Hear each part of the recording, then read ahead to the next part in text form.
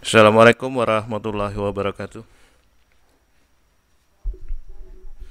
Yang tadi sudah disebutkan bahwa judulnya adalah menyusun hipotesis uji.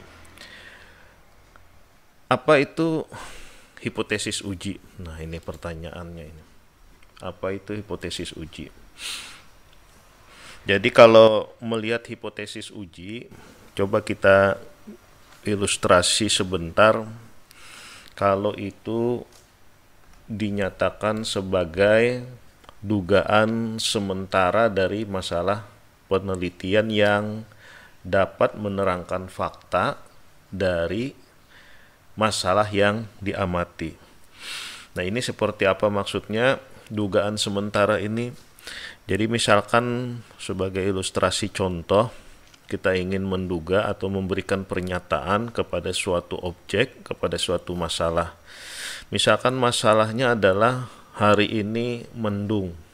Jadi misalkan nih masalahnya adalah hari ini mendung. Pada hari Rabu jam 10.20 sampai jam 12.30 kondisi cuaca mendung. Maka bisa jadi kita menduga dengan kondisi cuaca mendung ini akan terjadi hujan. Maka akan terjadi hujan itu menjadi dugaan sementara. Bisa jadi cuaca mendung itu nantinya bisa tidak terjadi hujan dan bisa juga terjadi hujan. Nah, dugaan sementara tadi adalah pada cuaca mendung diduga akan terjadi hujan. Padahal bisa terjadi saja tidak akan terjadi hujan. Nah, itu dugaan sementara yang harus dibuktikan setelah melalui proses. Setelah lewat, jadi kalau cuacanya hari ini hujan, maka beberapa saat kemudian setelah kita menduga terjadi hujan. Nah, maka itu dugaan sementara tadi berubah menjadi fakta, bahwa dugaan tadi bukan lagi menjadi dugaan tetapi sudah menjadi fakta hujan. Dan hujan tadi disebut sebagai hipotesis yang sah. Kalaunya masih kita menduga hujankah atau tidakkah, nah itu masih dalam proses dugaan sementara. Artinya proses kita menduga dalam cuaca tadi. Nah, begitu juga dengan masalah di penelitian.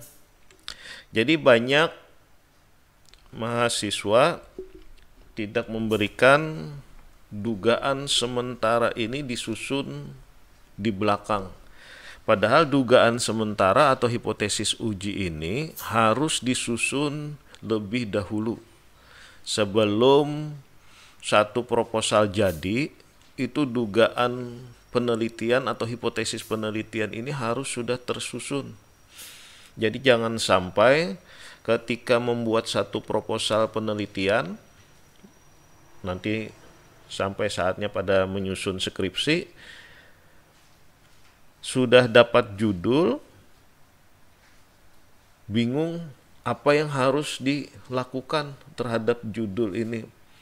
Bingung menyusun apa yang harus dikerjakan karena ketidaktahuan dari awalnya, yaitu tidak menyusun hipotesisnya.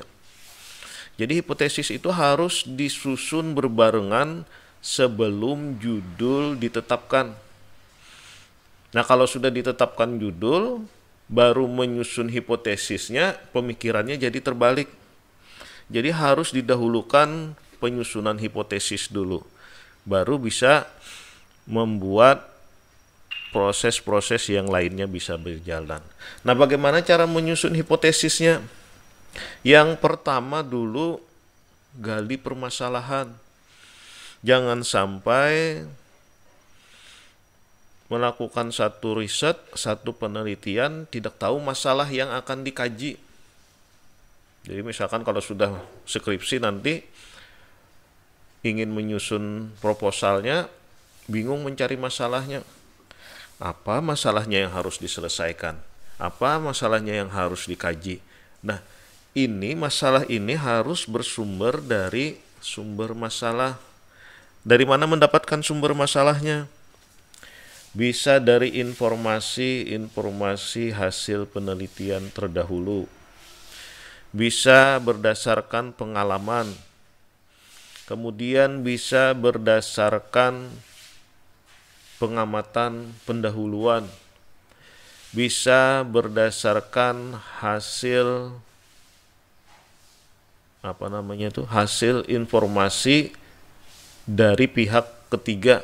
Artinya kita kalau punya pihak ketiga, ada orang lain yang memberikan informasinya bahwa ada satu kejadian atau fenomena yang unik yang menjadi atau bisa ditelaah lebih lanjut.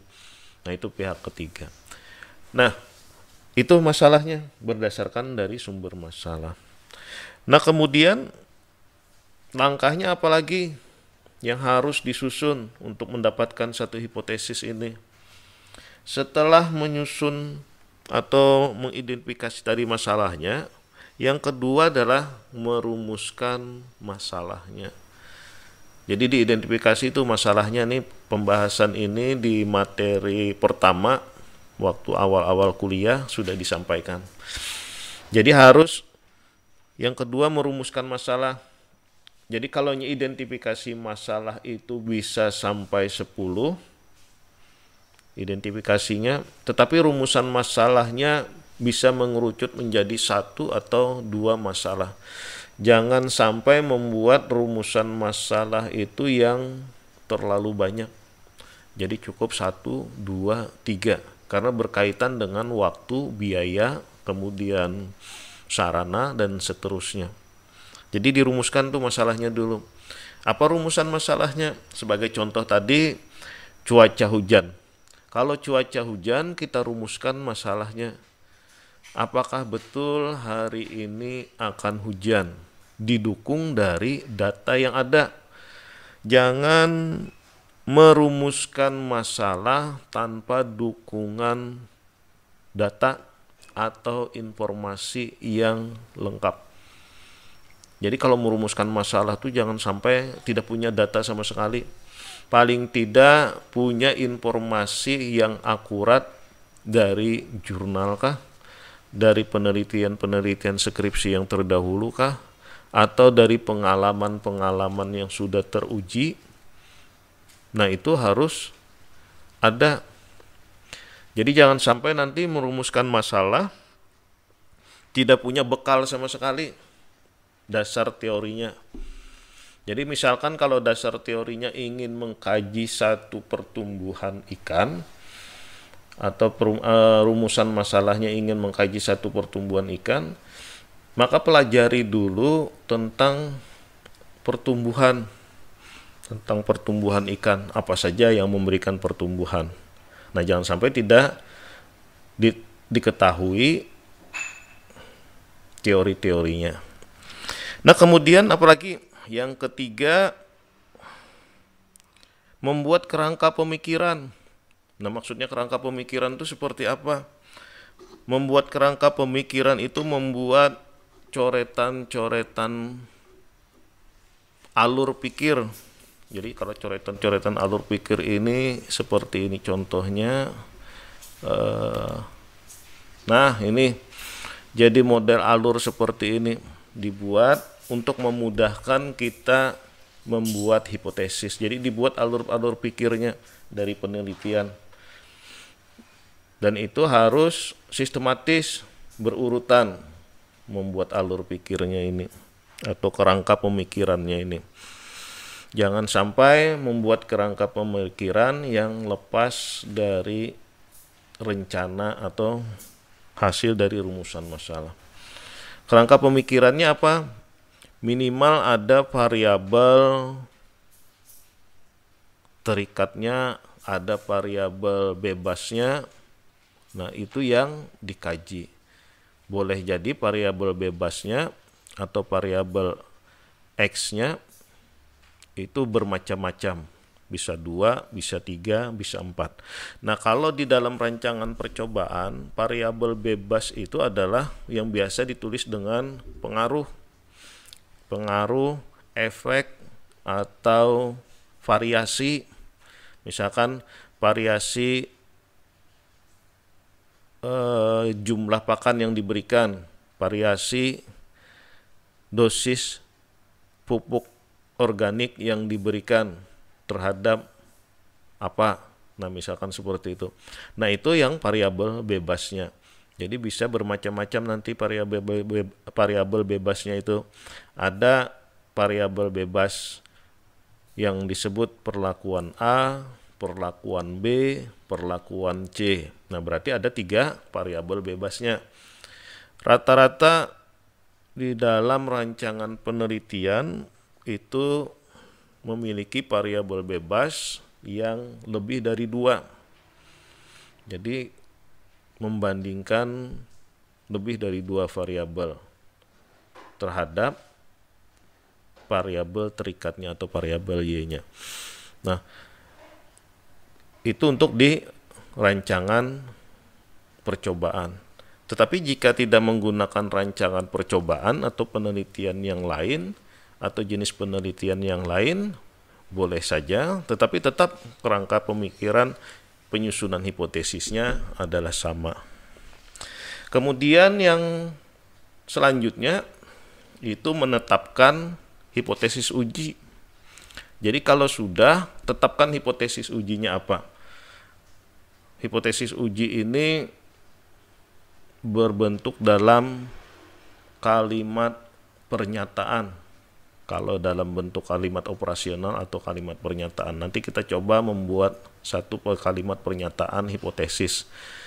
Biasanya selalu dilambangkan dengan hipotesis 0, kemudian ada hipotesis HI atau lambangnya HI, atau juga hipotesis kosong dengan hipotesis 1.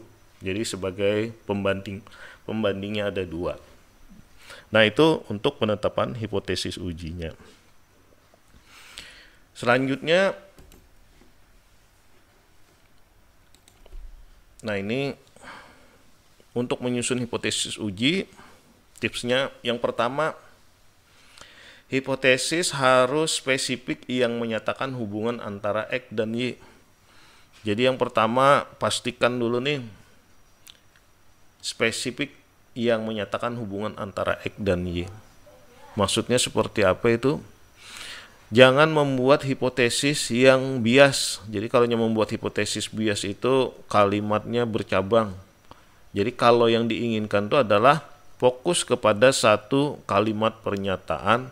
Misalkan ingin melihat pengaruh pertumbuhan dari pemberian pakan yang berbeda. Nah, itu sudah ada 2 variabel yang dihubungkan. Variabel pertumbuhan sebagai Y-nya, jumlah pakan yang berbeda adalah variabel X-nya. Itu menjadi hubungan yang spesifik, jelas hubungannya. Kemudian yang kedua, harus dilandasi argumen teori yang kuat. Nah, ini untuk menyusun hipotesis seperti yang dijelaskan tadi harus didukung argumen teori yang kuat. Apa saja teori-teorinya nanti kita kaji. Kalau bisa dilihat, perbanyak membaca jurnal-jurnal ilmiah untuk mendukung argumentasi teori ini. Kelemahannya adalah anak dan mahasiswa terbatas dalam menggunakan jurnal ilmiah. Jadi terbatas dalam menggunakan jurnal ilmiah. Padahal terbitan-terbitan jurnal ilmiah, apalagi yang jurnal-jurnal diterbitkan oleh dosen-dosennya, itu memberikan dukungan pengalaman dalam melandasi penyusunan hipotesis. Nah, kalau misalkan yang rajin searching ke jurnal di Google Cendikia atau di Garuda atau di portal-portal lainnya, itu kalau melihat nama Julius Kisworo, maka akan cenderung penelitiannya ke Udanggalah. Jadi yang ingin melihat teori-teori argumentasi tentang Udanggalah, maka mencari ke jurnalnya Julius Kisworo, misalkan seperti itu. Kalau ingin ke sana. Nah, landasan-landasan teori itu harus dibuat sedemikian rupa, disusun dengan rapi, tanpa kopas. Kegagalan penelitian pada saat uji plagiat itu adalah kopasnya. Jadi mengambil kalimat satu paragraf dari jurnal penelitian atau dari buku, kemudian paragraf tersebut dipaskan ke lembar Word-nya, jadi satu paragraf ketikan kita. Padahal itu akan mengakibatkan plagiasi. Seharusnya membuat argumentasi teori yang diambil dari jurnal penelitian orang lain harus dibuat kalimat tersendiri, tetapi memiliki pemahaman yang sama tanpa melepas hasil penelitiannya. Nah, ini argumentasi teorinya harus dilihat. Seperti apa nanti kita lihatlah argumentasi teorinya ini. Kemudian yang ketiga, harus hipotesisnya harus dapat diukur, harus dapat diuji. Jangan sampai menyusun hipotesis yang tidak dapat diuji. Seperti apa itu yang tidak dapat diuji? Misalkan membuat satu kajian pengaruh atau membuat satu pengamatan dampak makhluk astral terhadap peningkatan jumlah kelangsungan hidup ikan betok. Nah, ini kan bisa diukur nih. Kalau penampakan makhluk astral untuk pertumbuhan, nah itu tidak bisa diukur. Nah, itu membuat hipotesisnya juga susah. Jadi harus dapat diukur dan diuji. Dapat diukur dan diuji itu harus melihat hubungan dua variabel ini. Jadi hubungan antara variabel X dan variabel Y-nya. Jadi ada variabel X dan variabel Y yang diukur. Nah, itu. Jadi sesuai dengan prinsip penelitian sistematis, empiris, dan teruji. Kemudian yang di fungsi selanjutnya, jadi ada beberapa fungsi dari hipotesis. Ini kita pahami dulu fungsi hipotesisnya. Hipotesis pertama berfungsi sebagai batasan penelitian. Nah, jadi ini sangat penting, hipotesis ini memberikan batasan penelitian. Jadi penelitian akan terkotak di dalam satu frame, satu tujuan yang memberikan memberikan ruang lingkup terbatas. Jadi memberikan batasan penelitian ini juga membuat peneliti itu menjadi fokus pada satu permasalahan. Nah, jadi diberikan batasan penelitian. Jangan sampai membuat penelitian itu dengan hipotesis yang luar biasa banyaknya variabel. Jadi cukup satu variabel atau dua variabel dalam menyusun hipotesis. Jadi sudah bisa diberikan batasan penelitian. Batasan penelitiannya seperti apa? Contoh, membuat variasi ekstrak jangkrik terhadap pertumbuhan ikan hias, atau pengaruh variasi ekstrak jangkrik terhadap pertumbuhan ikan hias. Nah, batasan di sini adalah pertama memberikan batasan terhadap ekstrak jangkriknya. Jadi hanya ekstrak jangkrik saja yang digunakan untuk melakukan uji coba. Kemudian yang kedua, batasan penelitian di sini memberikan ruang waktu. Jadi memberikan ruang waktu yang ditentukan karena berkaitan dengan biaya, alat dan bahan dan seterusnya. Nah, itu pentingnya hipotesis dalam membuat batasan penelitian. Jadi kalau semakin kompleks menyusun hipotesis, semakin rumit dalam menyusun hipotesis, atau semakin banyak hipotesis yang diuji, ada 2 atau 3 atau 5 hipotesis yang diuji, maka akan menjadi banyak yang akan dilakukan atau dilakukan dalam kegiatan penelitian. Kemudian yang kedua, membuat penelitian fokus dalam satu bingkai. Artinya kalau sudah disusun hipotesisnya, maka tidak keluar pada kajian yang sudah ditetapkan. Kalau ingin mengkaji tentang pertumbuhan, fokus saja di satu pertumbuhan. Kalau ingin melihat tentang kualitas airnya, maka fokus terhadap kualitas airnya. Kalau ingin melihat tentang reproduksi, maka fokus kepada kegiatan reproduksinya saja. Atau kalau ingin melihat tentang perubahan variasi genetik terhadap ikan yang diuji, nah fokus kepada variasi genetik saja. Kemudian yang ketiga, sebagai panduan dalam pengujian. Nah, ini maksudnya kalau sebagai panduan ini berarti aturan mainnya. Karena menyusun hipotesis maka berkaitan dengan analisis statistik.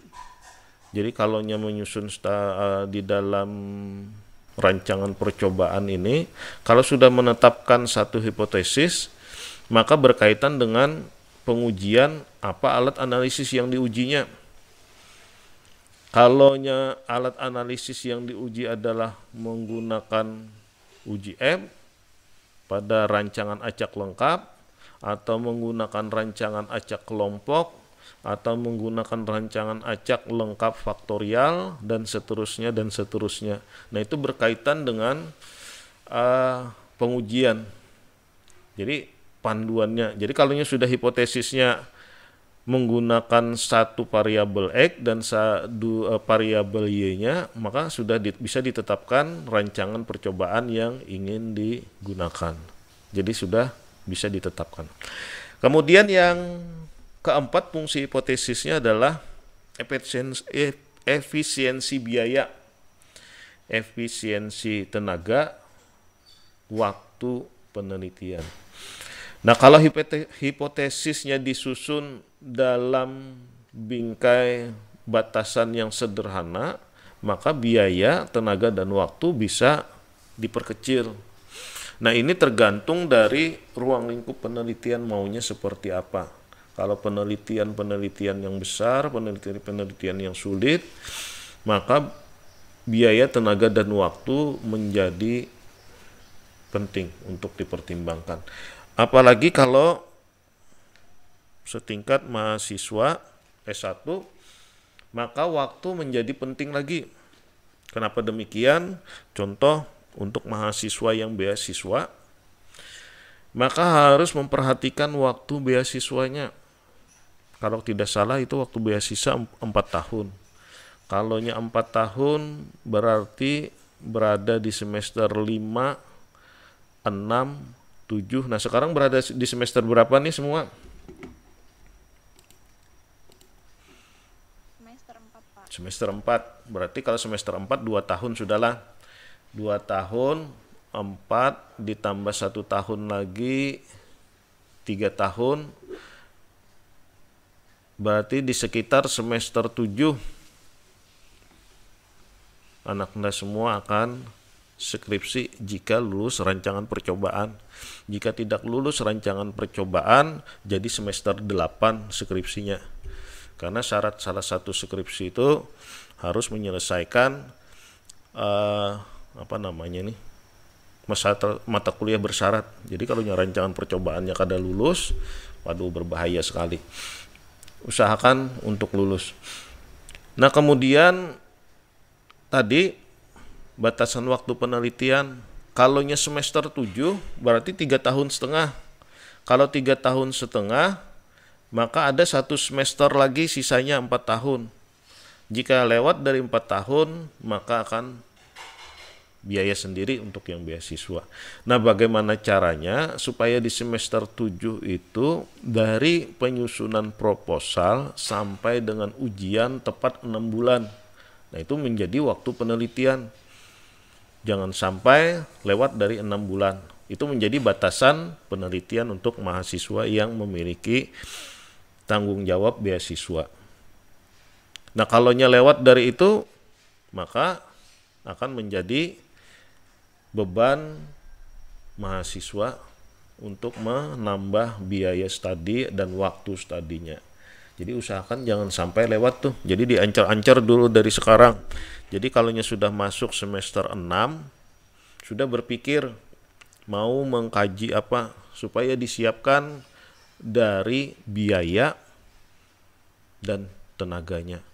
Kalau tenaga masih relatif lah. Tapi kalau sudah berhubungan dengan biaya, jangan sampai pada saat proses penelitian kehabisan dana. Bisa bertambah waktunya. Kalau bertambah waktu karena proses biaya kurang, maka akan menambah waktu kuliah. Nah, ini jadi banyak urusannya tuh kalau sudah menambah waktu kuliah. Jadi disusunlah hipotesis uji untuk mahasiswa S1. Perhatikan kemampuan biaya, perhatikan kemampuan waktu penelitian, dan perhatikan tenaganya. Jangan sampai memikirkan penelitian yang menggunakan tenaga atau sumber daya manusianya yang banyak. Misalkan nih sumber daya manusia yang banyak, setelah melakukan penelitian, ternyata harus ada uji kualitas air. Maka setelah aku uji kualitas air, harus ke lab kualitas air. Nah, itu sumber daya tenaga tuh. Kemudian setelah uji kualitas air, nanti ada uji kualitas pakan, misalkan yang mengambil konsentrasi ke pakan. Nah, kalaunya ke pakan berarti harus mencari lab pakannya untuk mengukur kualitas pakan, kandungan protein, lemak, karbohidrat, dan seterusnya. Nah, ini melibatkan tenaga juga, artinya tenaga kita sendiri ditambah tenaga teknisi yang lain. Nah, itu harus difikirkan apakah penelitian kita ini banyak menggunakan sumber daya manusianya atau tenaganya, atau cukup kita sendiri yang melakukan penelitiannya bisa selesai. Itu harus dipertimbangkan juga. Nah, kemudian tadi waktu sudah dijelaskan, waktu berkaitan dengan kalau yang mahasiswa di S1 berkaitan dengan waktu kelulusan. Jangan sampai waktu kelulusan tertunda gara-gara tidak bisa menyelesaikan skripsinya atau penelitiannya. Terus yang lanjut, menggerakkan peneliti untuk mencapai tujuan. Nomor 5-nya. Jadi setelah memberikan batasan penelitian, membuat fokus penelitian, panduan, biaya, efisiensi biaya, tenaga, dan waktu, menggerakkan peneliti untuk mencapai tujuan. Nah, ini fungsi hipotesis. Jadi tidak salahnya kalau hipotesis yang sudah ditulis itu atau yang sudah ditetapkan itu ditulis di dalam satu kertas folio yang besar, kemudian ditempel di dinding kamar atau di ruang tamu atau di mana yang mudah melihat hipotesis ini. Itu salah satu penggerak kita bahwa ini harus kita selesaikan penelitian kita. Itu salah satu contoh sederhana sebagai penggerak peneliti. Nah, tetapi yang dimaksud di sini adalah menggerakkan peneliti ini adalah untuk menyelesaikan penelitian melalui analisis data sesuai dengan tujuan. Nah, itu yang dimaksudkan dengan menggerakkan penelitian secara di rancangan percobaannya ini. Jadi menggerakkan peneliti untuk melakukan analisis data sesuai dengan tujuan. Analisis datanya ini sesuai dengan metodologi yang telah disusun. Kalau metodologinya adalah menggunakan rancangan acak lengkap, maka analisis statistik rancangan acak lengkap itu digunakan untuk menggerakkan peneliti mencapai tujuan yang ingin dicapai. Karena di dalam analisis itu nanti yang akan menjawab hipotesisnya. Sampai di sini ada yang ingin ditanyakan berkaitan dengan hipotesis?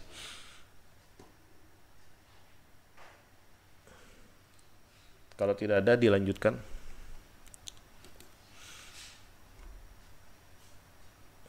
Ya, silakan. Hipotesis apakah bisa disebut sebagai judul?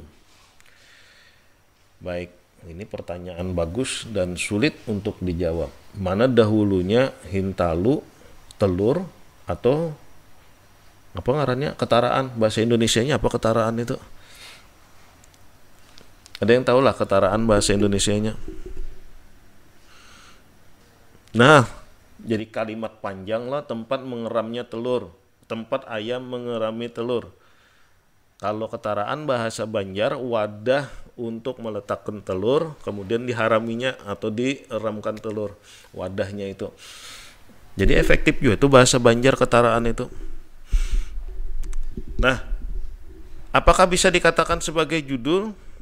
Dasar utamanya adalah kembali lagi kepada rumusan masalah, penetapan rumusan identifikasi masalah, penetapan masalah, kemudian pemikiran kerangka teoritis, dan penetapan hipotesis. Jadi, itu berjalan selaras antara hipotesis dengan judul. Kita mengangan-angan satu judul, harus mengangan-angan juga satu hipotesis. Jadi, tetapkan judul, misalkan nih kita menetapkan judul dulu lah. Kalau kita menetapkan judul terdahulu, maka harus mengangan-angankan apa yang harus dilakukan terhadap judul ini.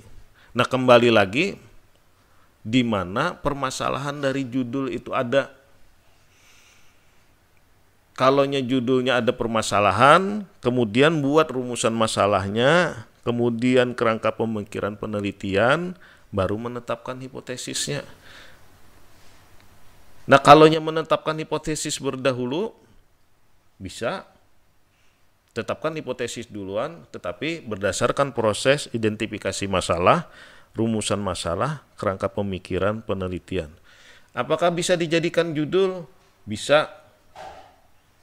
Apakah bisa tidak dijadikan judul? Bisa juga. Jadi hipotesis masalah itu tidak mesti harus bersesuaian langsung dengan judulnya, tetapi kepada variabel fungsinya. Namun identik sekali kalau judul itu di dalam penelitian eksperimen sama dengan sama dengan hipotesisnya. Jadi hampir identik sekali antara judul dengan hipotesisnya.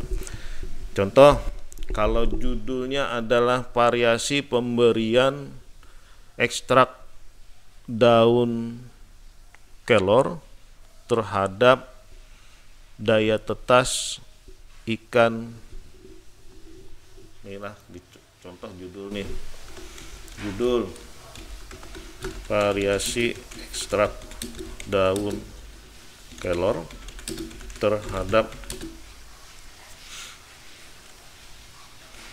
pertumbuhan ikan gurami.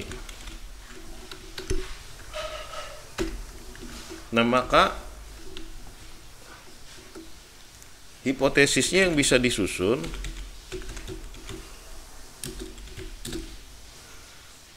apakah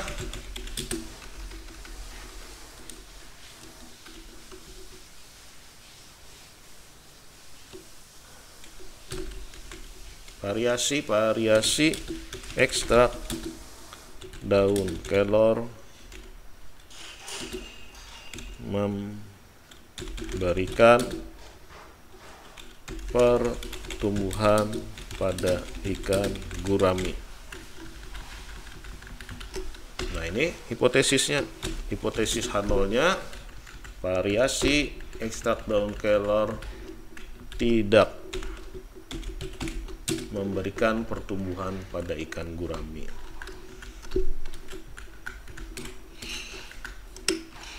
Yang I-nya, variasi ekstrak daun kelor memberikan pertumbuhan pada ikan gurami. Nah, esensinya adalah yang penting di dalam judul dengan hipotesis ada keterkaitan variabel yang diukur. Jadi memiliki kesamaan variabel yang diukurnya. Apa variabel yang diukurnya adalah daun kelor sebagai X-nya, daun kelor sebagai X-nya. Nanti presentasinya kah atau apa inilah. Kemudian pertumbuhan ikan gurami ini sebagai Y-nya. Nah, jadi ada dua parameter yang atau variabel yang diukur antara X dengan Y, dan itu bisa dijadikan hipotesis. Jadi bisa saja judul itu menjadi kata kunci di dalam penyusunan hipotesisnya. Nah, kira-kira seperti itu jawabannya. Ada lagi yang lain? Atau bisa kita diskusikan lagi untuk yang masalah judul tadi?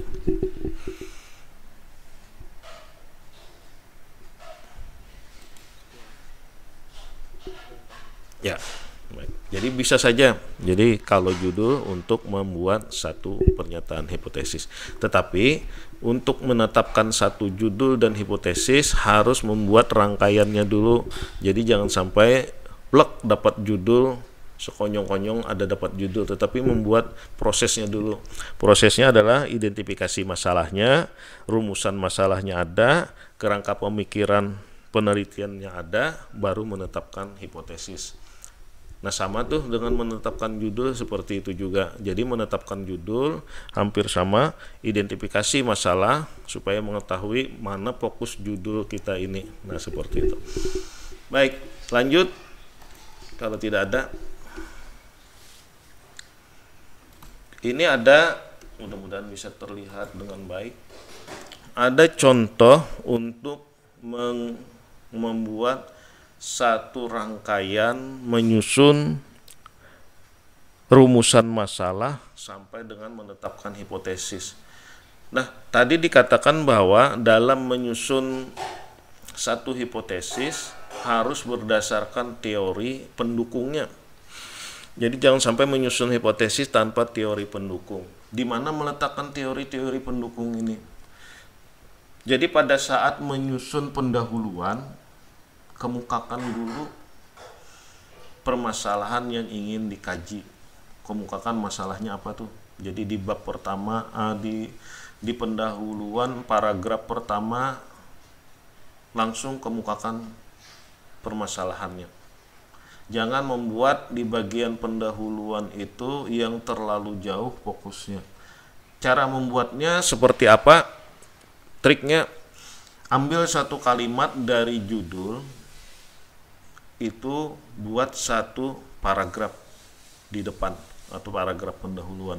Jadi kalau membuat judul, membuat pendahuluan atau latar belakang permasalahan, jangan memutar-mutar dulu. Misalkan judulnya adalah pertumbuhan kepiting bakau, kalau di sini bercerita tentang kepiting bakau di Indonesia adalah ini, terlalu jauh.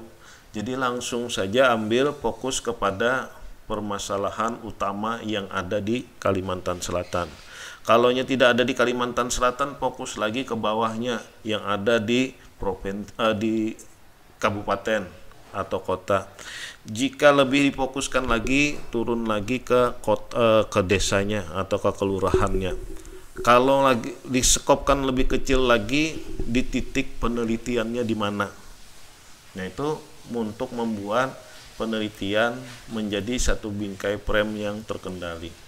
Nah, ini satu contoh. Jadi membuat posisi identifikasi perumusan masalah, kemudian penyusunan hipotesis diawali dengan menyusun di latar belakang. Jadi di fullkan di latar belakang itu mengidentifikasinya di situ juga, memastikan mana saja yang menjadi fokus. Nah, sebagai contoh di sini ini hasil mengidentifikasi lah. Jadi hasil mengidentifikasi.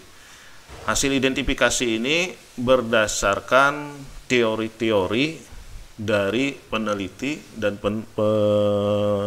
pengarang buku. Jadi ada sudah beberapa ahli yang mengkajinya. Sebagai contoh, dasar teorinya adalah pertumbuhan pada hewan air disebabkan oleh akumulasi berbagai faktor eksternal dan internal. Nah, ini dikaji pertumbuhan ini pada hewan air itu faktor yang mempengaruhinya adalah eksternal dan internal. Jadi faktor internal dan internalnya ini, kalau eksternalnya itu contohnya adalah misalkan kualitas air, kemudian pakan, kemudian kalau pakan jumlah pakan yang diberikan, kemudian bisa jadi kualitas pakan yang diberikan, kemudian kalau internalnya bisa dari penyakitnya, kemudian bisa dari genetiknya. Nah, itu kajian-kajian teorinya. Nah, kemudian disambung di bawah lagi, faktor internal sulit untuk direkayasa dan dikontrol. Ya, faktor internal itu sangat sulit untuk dikontrol, seperti genetik sangat sulit untuk dikontrol. Artinya kemampuan meneliti itu dengan alat yang terbatas akan susah untuk mengkaji faktor internal dari pertumbuhan, penyebab faktor penyembuhan. Sedangkan faktor eksternal mudah untuk direkayasa dan dikontrol. Nah, ini faktor internal eksternalnya menjadi mudah. Nah, sekarang kemudahan ini ambil sebagai batasan penelitian, kemudahan faktor eksternal ini. Jadi kemudahan faktor eksternal ini jadikan batasan penelitian yang di bagian ini. Kemudian ini menjadi batasannya lah faktor eksternal. Kemudian di dalam faktor eksternal itu banyak yang akan dikaji. Nah, salah satunya adalah faktor eksternal yang penting itu pemberian pakan. Nah, pemberian pakan itu faktor eksternal yang mudah untuk dikaji karena kita memiliki alat dan seterusnya sebagai bahan pertimbangan. Kemudian ada dukungan kajian teorinya. Ini faktor eksternal nih. Dengan memberikan pakan yang berkualitas dan kuantitas yang cukup akan mampu memacu pertumbuhan ikan. Nah, ini sudah ada satu kajian teori yang mendukung untuk faktor eksternal. Jadi sudah didukung oleh teori yang memperkuatnya. Nah, di sini teori yang memperkuatnya. Sudah ada nih argumentasi teori yang memperkuatnya. Habis setelah ini, setelah ada faktor eksternal yang ini kemudian dikerucutkan ke bawah. Jadi sudah teridentifikasi ini sudah. Jadi dari faktor internal dan eksternal pertumbuhan tadi dipengaruhi, diambil salah satu faktor eksternalnya. Nah, mulai mengerucut sudah dapat faktor eksternal. Nah, dari faktor eksternal ini dikaji lagi tentang kualitasnya. Ini sebagai contoh adalah judulnya pemberian pakan rucah pada keong emas dengan persentase yang berbeda untuk memacu pertumbuhan kepiting bakau. Nah, ini judulnya. Nah, kemudian dari faktor eksternal tadi kita kaji lagi dukungan teorinya. Itu ada kualitas dan kuantitas, berkualitas dan berkuantitas. Jadi kualitasnya baik, kuantitasnya cukup. Nah, di sini didukung oleh Nurjanah. Setelah hasil penelitian Nurjanah menyebutkan keong emas itu mengandung kandungan gizi yang baik. Nah, ini kandungan gizi yang baik. Nah, sekarang itu faktor eksternal, internalnya, faktor kualitasnya. Nah, ini faktor kuantitasnya yang di bagian bawah. Nah, sudah ada dukungan teori yang mendukungnya. Disebutkan bahwa Juvenil kerapu bebek dengan pemberian pakan buatan sejumlah 6%, berarti itu menunjukkan tentang jumlah pakan atau kuantitas pakannya. 6% mampu memberikan pertumbuhan. Nah itu sebagai pembanding ke ikan. Nah kemudian karena fokusnya di kepiting, maka cari lagi teori pendukungnya untuk menguatkan apa yang akan kita ambil nanti. Sesuai dengan judul adalah presentasi pemberian pakan. Ini judulnya presentasi pemberian pakan, berarti ada jumlah pakan yang diberikan yang berbeda presentasi. Nah cari lagi teori pendukungnya tentang presentasinya. Nah di sini ada tentang kepiting didapatkan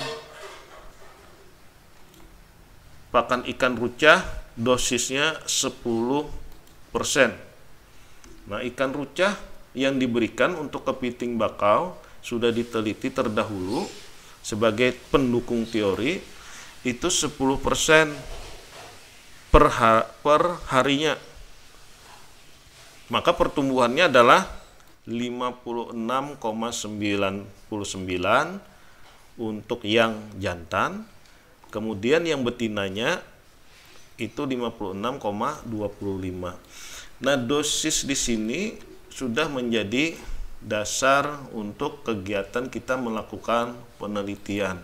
Nah, ini sudah teridentifikasi, ini sudah bisa kita buat satu rumusan masalahnya dari judul yang kita buat, yaitu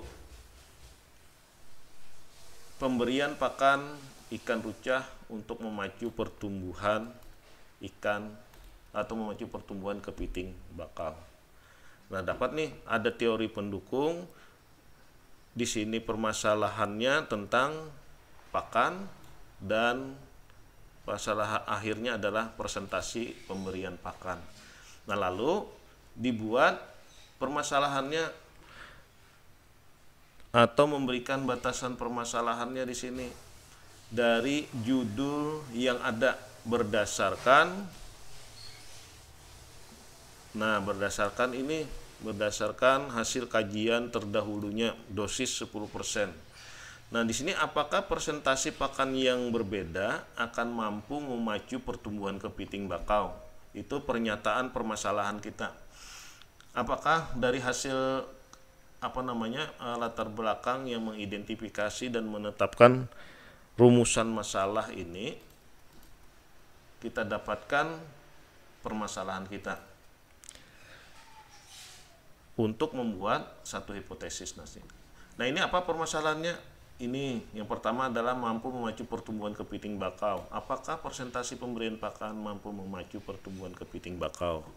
Kemudian permasalahan yang kedua, berapa persentase jumlah pakan yang mampu memacu pertumbuhan kepiting bakau? Nah, ada dua permasalahan. Bisakah ditambah lagi? Bisa. Permasalahan ini tergantung dari seberapa banyak atau seberapa luas latar belakang yang disusun untuk menguatkan permasalahan. Jadi kalau ingin membuat permasalahannya satu, fokus ke satu, maka di latar belakang penelitian ini disusun fokus kepada satu bidang saja. Nah, dari permasalahan yang ini maka ada dua dari penelitian ini maka ada dua permasalahan yang didapat. Nah, dari permasalahan ini dalam kalimat tanya, jadi ini masih dalam kalimat tanya permasalahannya, harus disusun dalam hipotesis sebagai operasional penelitian kita. Jadi yang permasalahan ini disusun di dalam hipotesis hipotesis sebagai operasional.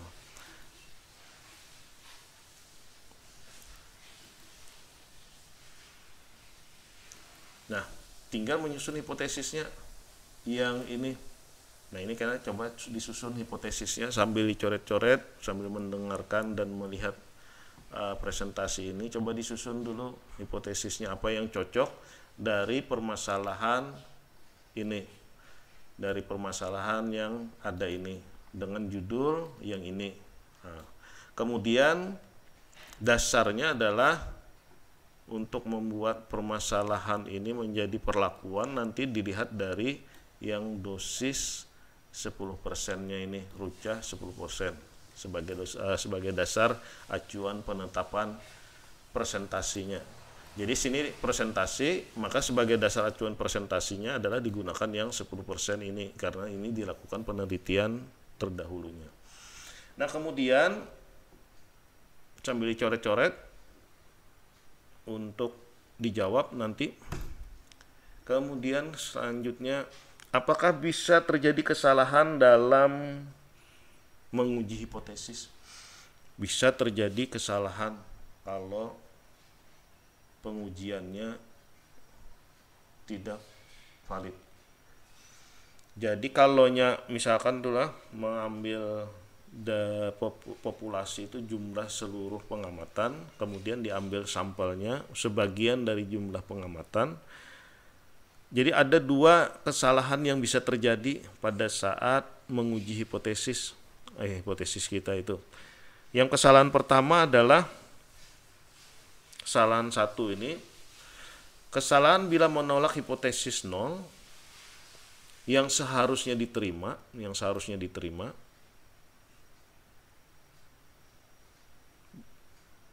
dinyatakan dengan A. Jadi ini maksudnya adalah seharusnya dalam hasil pengujian kita menerima hipotesis H0. Nah, tetapi karena kekurang akuratan data, bisa jadi seperti itu, maka yang diterima adalah hipotesis HI, padahal seharusnya hipotesis H0 yang diterima. Nah, kemudian yang kedua, kesalahan kedua bisa terjadi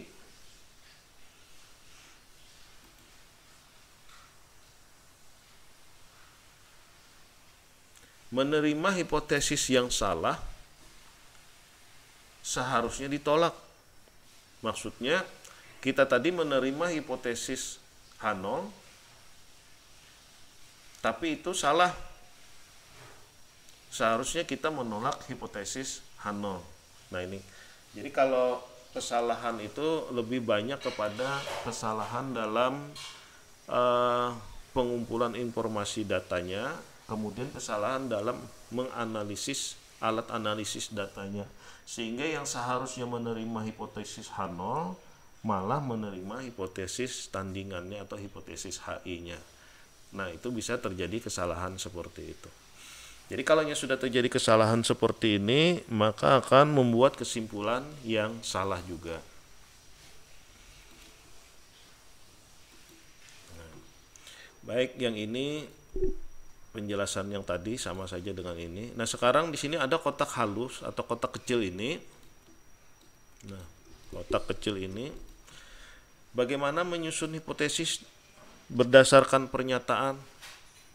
Jadi menyusun hipotesis itu didasari dari pernyataan bahwa paling tidak ada satu perlakuan yang memberikan pengaruh terhadap respon penelitian.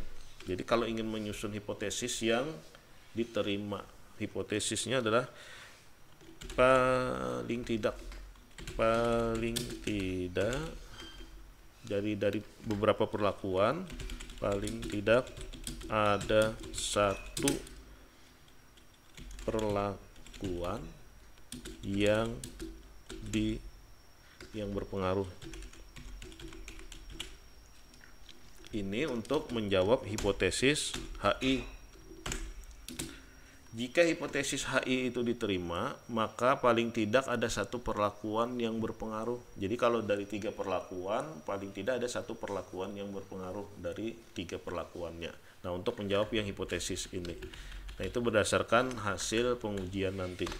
Nah, sekarang coba diisikan hipotesis H0 ini dengan hipotesis HI dalam bentuk kalimat pernyataan. Jadi bukan dalam bentuk kalimat tanya atau kalimat seru atau kalimat perintah, tapi dalam bentuk kalimat pernyataan yang bersifat operasional. Bisakah disusun hipotesisnya dari ini? Baik, adakah yang ingin menjawab? Satu pertanyaan jawabannya nilainya 100 untuk dikirim ke yang menjawab untuk menambah nilai yang sudah masuk sebagai game di rancangan percobaan.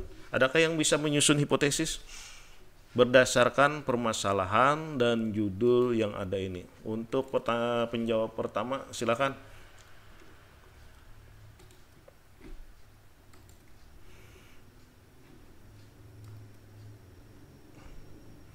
Baik, ada yang ingin menjawab untuk menyusun hipotesis yang ada ini?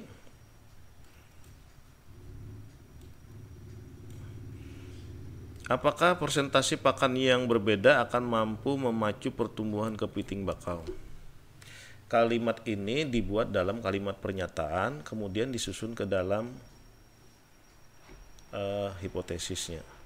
Pastikan bahwa dalam menyusun hipotesis, jika ingin menyusun hipotesis H0, maka kalimat kata kuncinya harus ada kata tidak.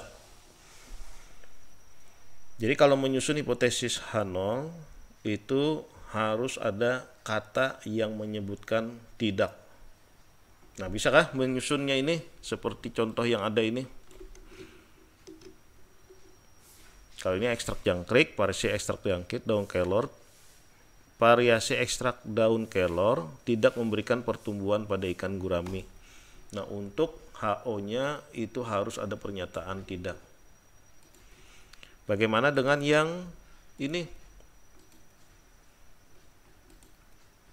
Apakah persentase pakan yang berbeda akan mampu memacu pertumbuhan kepiting bakau?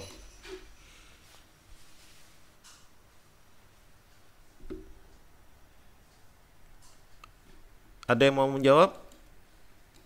Poinnya 100 untuk tugas ini. Bertanya, Pak. Ya. Bertanya kah atau menjawab kah?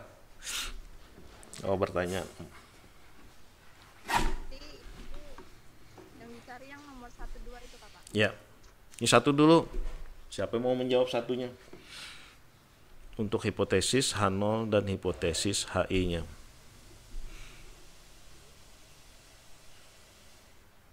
Jadi kalau hipotesis H0-nya harus ada kalimat kata tidak.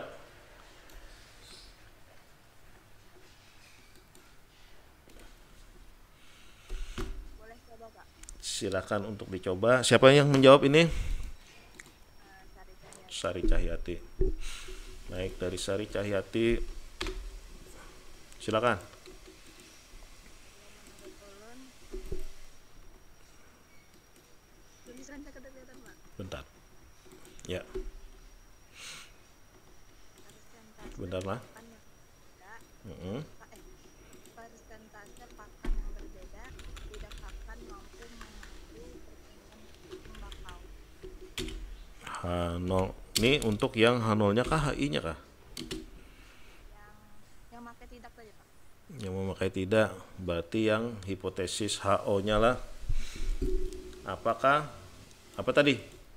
Persentase Pakan yang berbeda tidak akan mampu memacu pertumbuhan kepiting bakau. tidak akan mampu.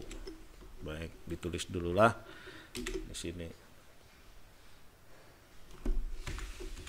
Nah, persentase pakan yang berbeda tidak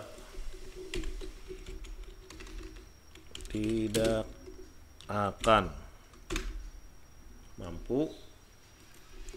Baik. Nah, kemudian yang hipotesis HO-nya, hipotesis HI-nya harus ditulis kalimat yang berlawanan dari HO-nya. Jadi kalau persentase pakan yang berbeda tidak, maka persentase pakan yang HI-nya harus berlawanan. Nah, kalau berlawanan berarti harus ditulis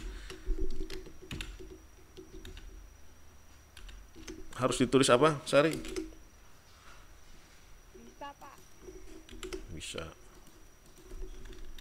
Bisa di sini kah? Kayak itu kah? Bisa, kayak itu. Kata Bisanya mungkin ditambahkan di depan berbeda, Pak. Bisa berbeda. Ya, apa kalimatnya nih?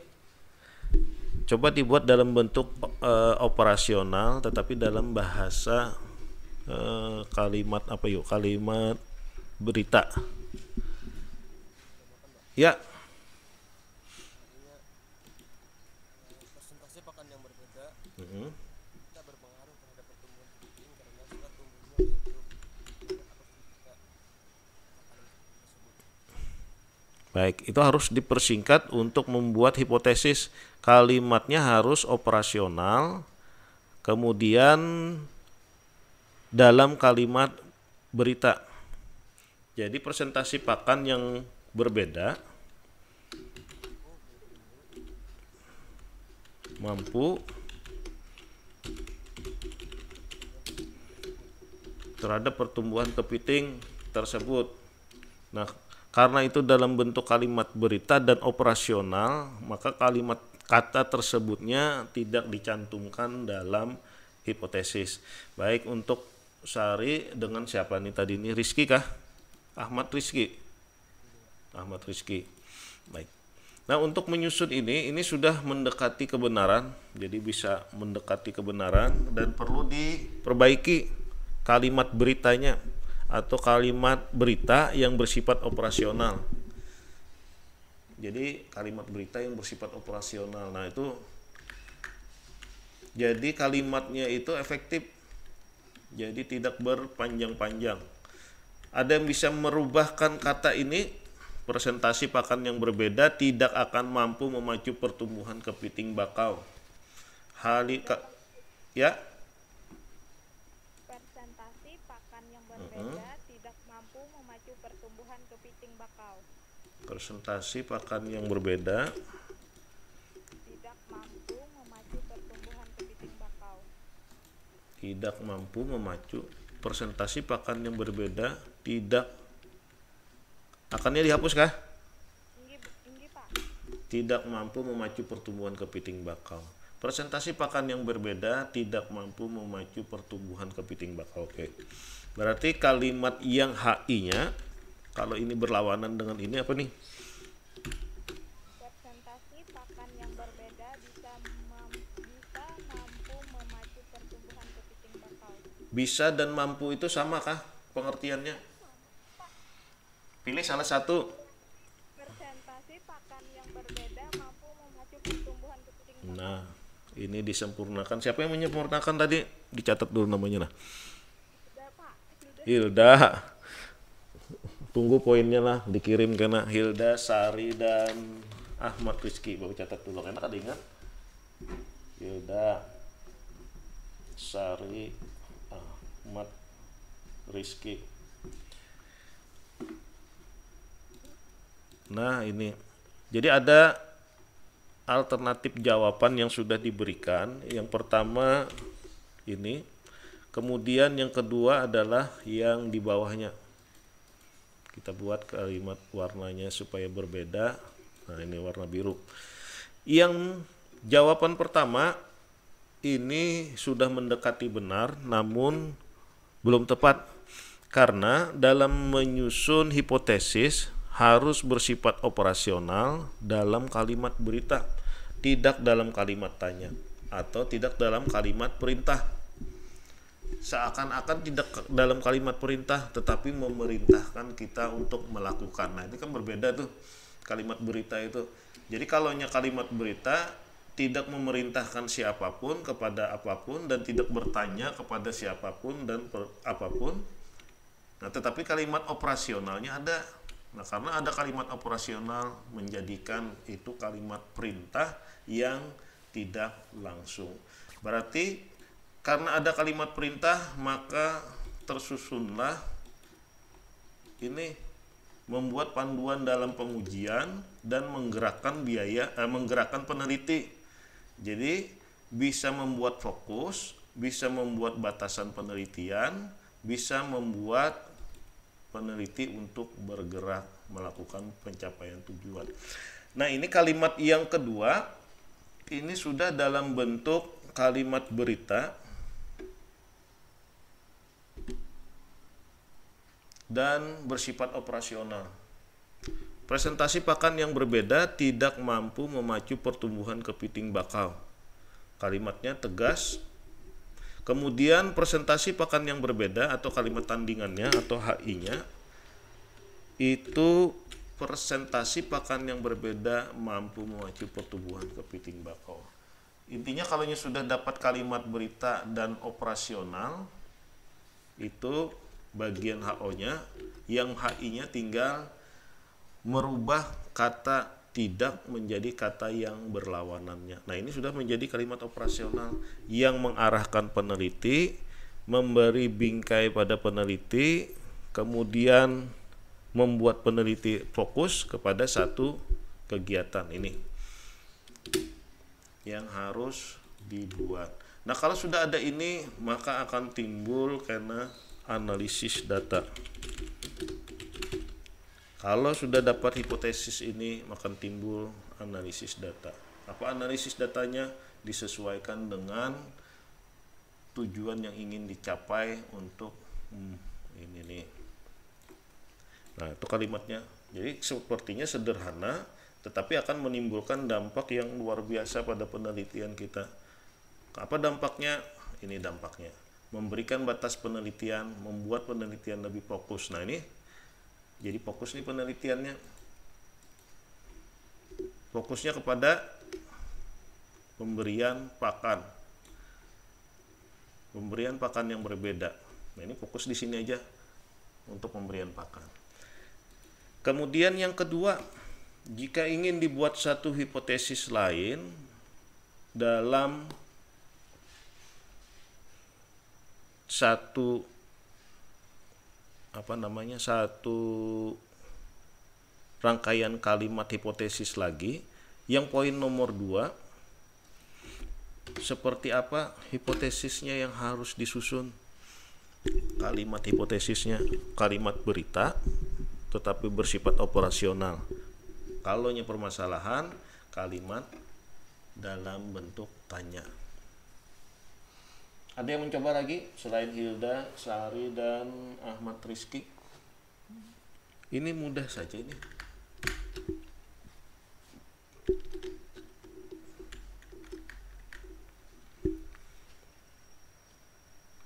Ada yang ingin mencoba? Untuk poinnya.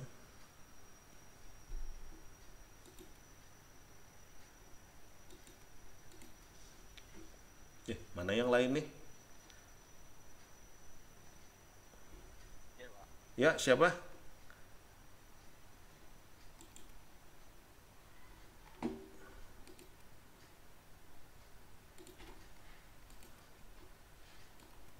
Nah, adakah yang ingin mencoba untuk menyusun hipotesis dari permasalahan yang ada ini?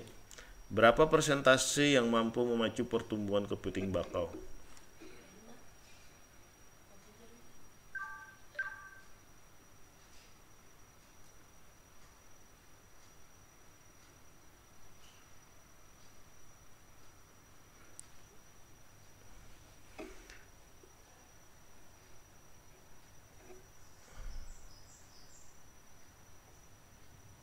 Ya, ada lagi?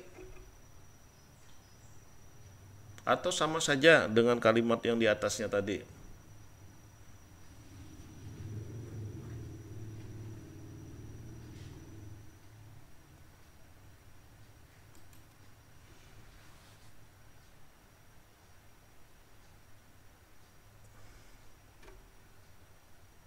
Baik, ada yang bisa?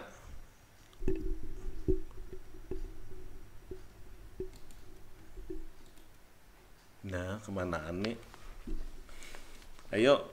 Ciri-ciri taubat diterima, Pak Ustadz.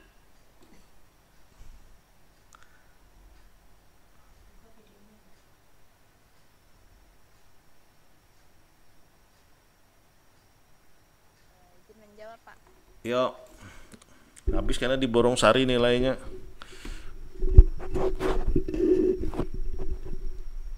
Kalau hasilnya presentasi jumlah pakan tidak mampu memacu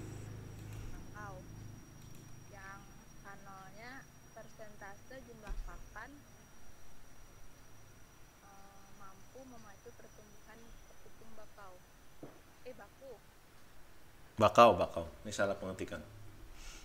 Bakau. Baik. Ulangi lagi lah. Ini dari Sari. Berarti hari ini Sari dapat 200 nih. Apa tadi kalimatnya? Bisa diulang untuk HO-nya. Persentase jumlah pakan tidak mampu memacu pertumbuhan bakau. Jumlah pakan tidak mampu memacu, itukah? Pertumbuhan kepiting bakau.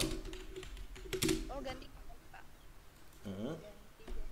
Persentase jumlah pakan tidak memacu pertumbuhan kepiting bakau. Tidak memacu pertumbuhan kepiting bakau. Baik. Yang HI-nya Persentase jumlah pakan bisa memacu pertumbuhan kepiting bakau. bisa.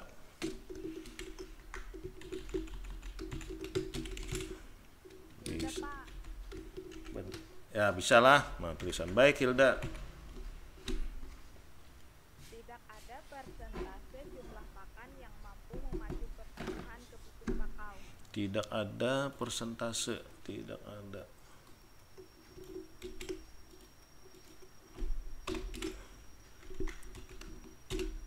HO-nya tidak ada kah kalimat di depannya?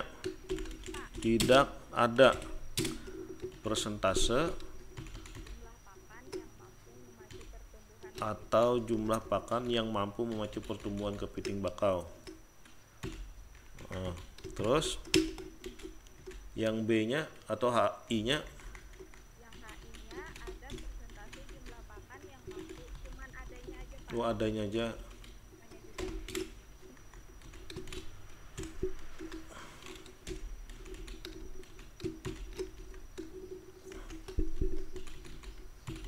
Nah, bagaimana menurut yang lain? Apakah ada lagi yang lain? Membuat kalimat berita.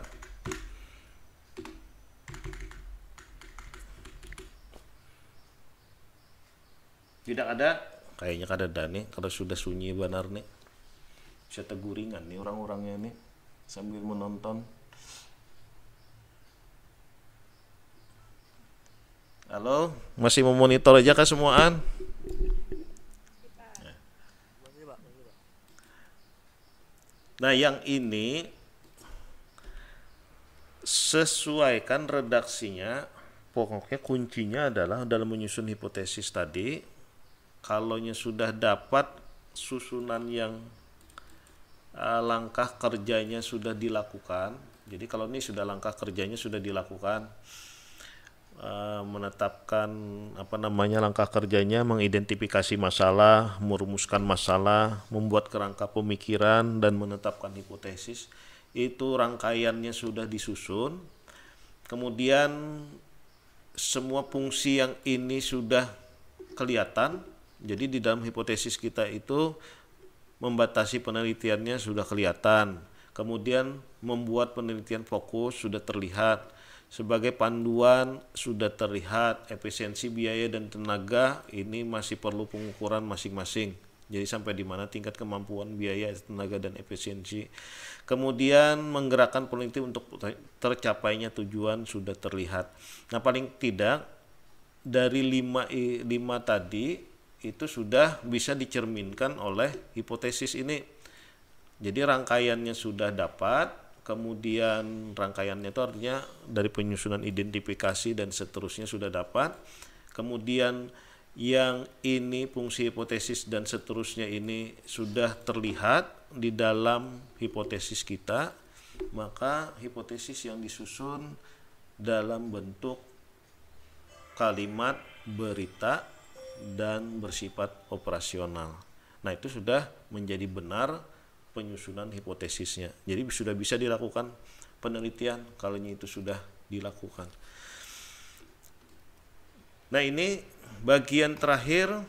Coba kita evaluasi bagian yang pertanyaan yang biru ini atau hipotesis yang biru ini. H0-nya adalah persentase jumlah pakan tidak memacu pertumbuhan kepiting bakau. Kemudian HI-nya atau H tandingannya adalah persentase jumlah pakan bisa memacu pertumbuhan kepiting bakau.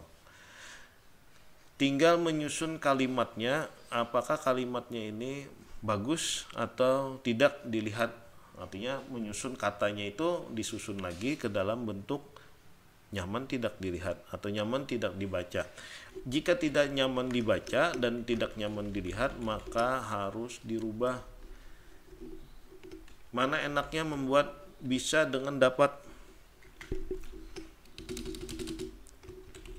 Nah, ini ada dua kata. Jadi bisa memacu pertumbuhan atau diganti dengan kata dapat memacu pertumbuhan kepiting bakau. Nah, dua kalimat ini bersifat operasional, bisa dan dapat, tetapi lebih cenderung digunakan kata dapat memacu pertumbuhan. Kemudian jadi bisa saja kalau menggunakan kalimat bisa ini kata lainnya. Kemudian yang kedua, ini berbeda sedikit dari yang pertama. Kalau yang pertama adalah kalimat tidaknya di tengah, yang kedua ini hipotesisnya disusun kalimat berita tetapi operasionalnya di depan. Katanya adalah kata kuncinya tidak. Kata kuncinya tidak. Tidaknya disusun di depan. Tidak ada persentase jumlah atau tidak ada persentase jumlah dalam kurung, nah pilih salah satu lah. Tidak ada persentase yang pakan yang mampu memacu pertumbuhan kepiting bakau.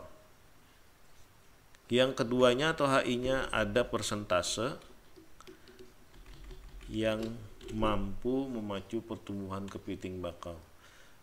Nah, ini redaksinya perlu disesuaikan. Jadi agak rancu nanti kalau disusun ada persentase yang mampu memacu pertumbuhan kepiting bakau. Redaksi kalimat beritanya harus diperbaiki lagi untuk disesuaikan. Jadi apa yang lebih bagus bisa disesuaikan. Tapi kalau menurut operasionalnya, definisi operasionalnya artinya hipotesis itu disusun dalam bentuk kalimat berita, kemudian bersifat operasional.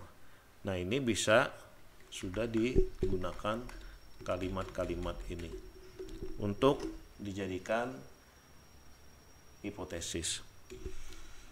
Itu sebagai contoh, bisa nanti dipilih dan disesuaikan mana yang paling tepat bahasanya digunakan.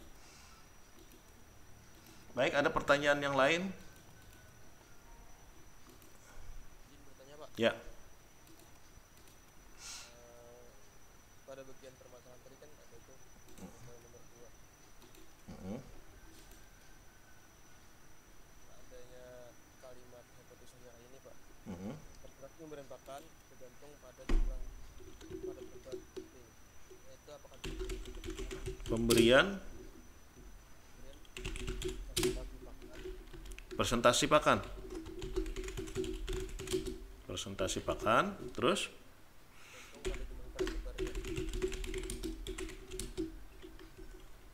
tergantung dari pada tebarnya, pada tebar kepiting.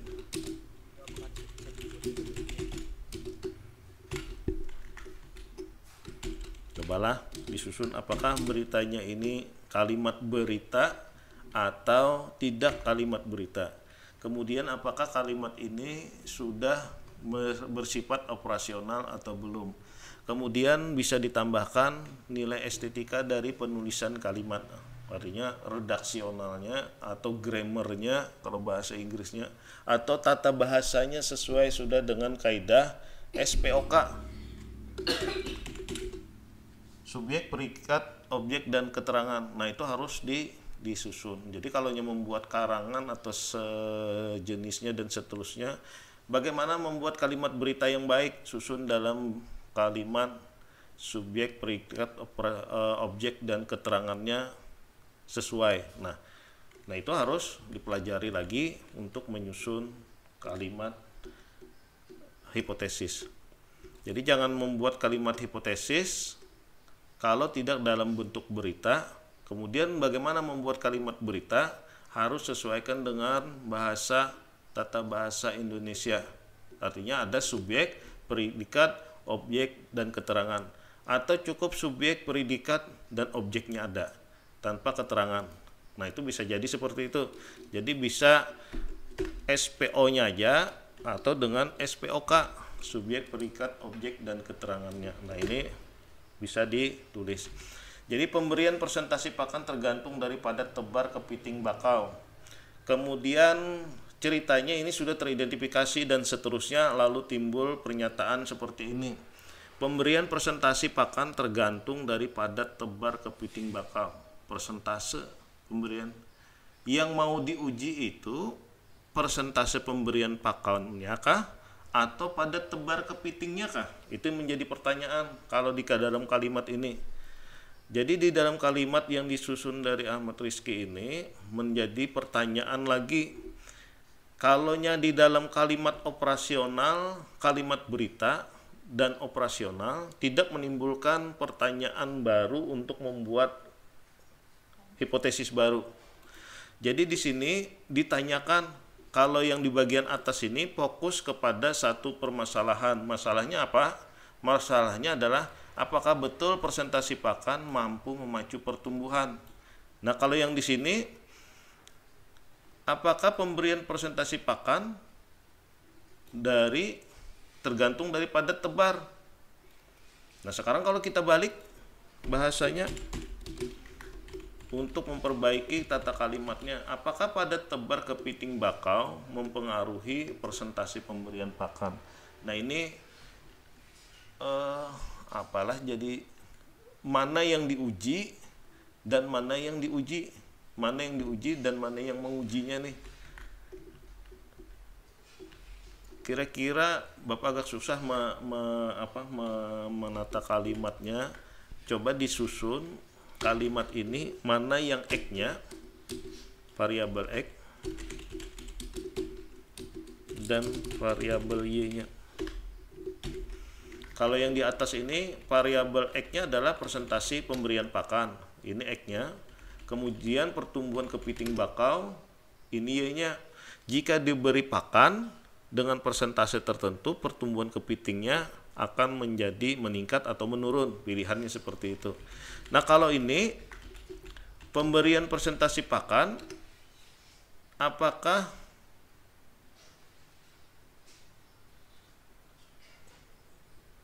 gimana membuat kalimat operasionalnya lah? Kada masuk nih. Pemberian presentasi pakan tergantung dari padat, tebar, kepiting, bakau. Logikanya masuk, tetapi dalam kalimat operasionalnya susah menjabarkan kalimat operasionalnya. Itu terjadi dua kegiatan terjadinya, pemberian presentasi pakan, padat, kepiting, bakau. Nah, jadi kalau untuk Ahmad Rizky ini kita harus melihat lagi, ini bisa dilakukan menjadi hipotesis jika ini bagian yang terakhir ini. Nah, ini harus dilihat pada bagian terakhir.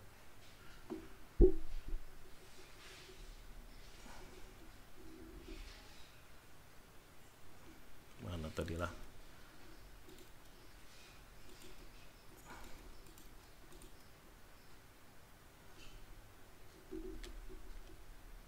Nah, panduan dalam pengujian. Sebagai panduan dalam pengujian, poin nomor 3, panduan dalam pengujian. Nah, untuk menguji, pengujian itu menggunakan alat analisis statistiknya. Nah, alat analisis statistik di dalam rancangan percobaan itu ada rancangan acak lengkap, ada rancangan acak faktorial, ada rancangan acak kelompok, dan ada rancangan acak bujur sangkar Latin. Nah, itu dibuat dalam bentuk sebagai panduan dalam pengujian. Nah, kalau kalimatnya seperti ini, pemberian presentasi pakan tergantung dari padat, tebar, kepiting, bakau. Maka analisis ujinya akan menjadi berubah atau akan menjadi banyak. Tidak bisa kalimat operasional ini digunakan sebagai hipotesis karena ada dua variabel X yang digunakan terhadap kepiting bakau. Yang pertama adalah persentase, yang kedua padat tebar. Ini X1-nya, ini X2-nya.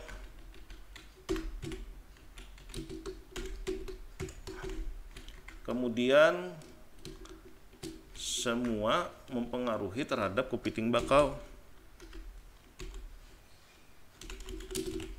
Nah, itu yang tepat. Jadi kalau kalimat ini menjadi rancu nih, mana yang mau diukur dan mana yang diukur. Yang mau diukur adalah kepiting bakau.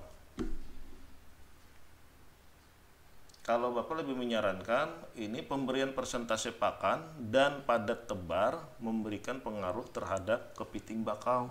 Itu lebih tepat kalimat operasionalnya. Bukan tergantung dari ini.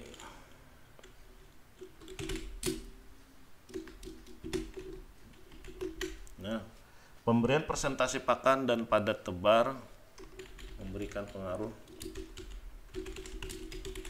kepada kepiting. Apakah nanti pengaruhnya apa pertumbuhannya kah atau kepada reproduksinya kah dan seterusnya dan seterusnya.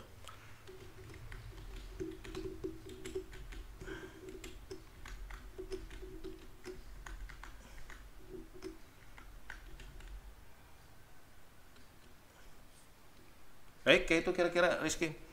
Padat tebar. Jadi kalau membuat dua variabel pertanyaan, maka akan dirubah ke dalam bentuk yang seperti ini. Kalimatnya diganti dengan dan padat tebar. Jadi dua kalimat variabel X ini padat tebar dengan persentase memberikan pengaruh pada kepiting, yang ini yang Y-nya. Nah, ini disesuaikan nanti. Ya, kira-kira itu jawabannya. Baik, ada lagi yang lain?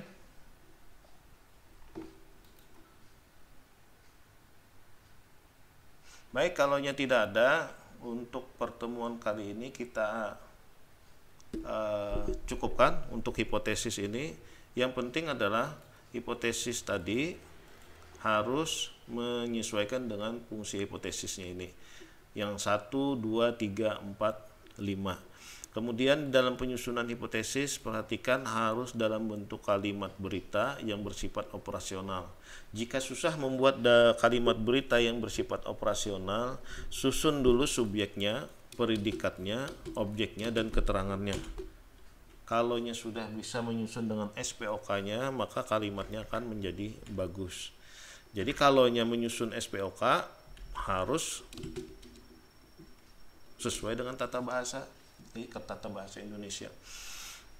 Kira-kira itu yang bisa disampaikan untuk hari ini. Mudah-mudahan memberikan manfaat untuk menambah ilmu pengetahuan, terutama dalam penyusunan hipotesis uji pada penelitian eksperimen. Baik, terima kasih. Assalamualaikum warahmatullahi wabarakatuh.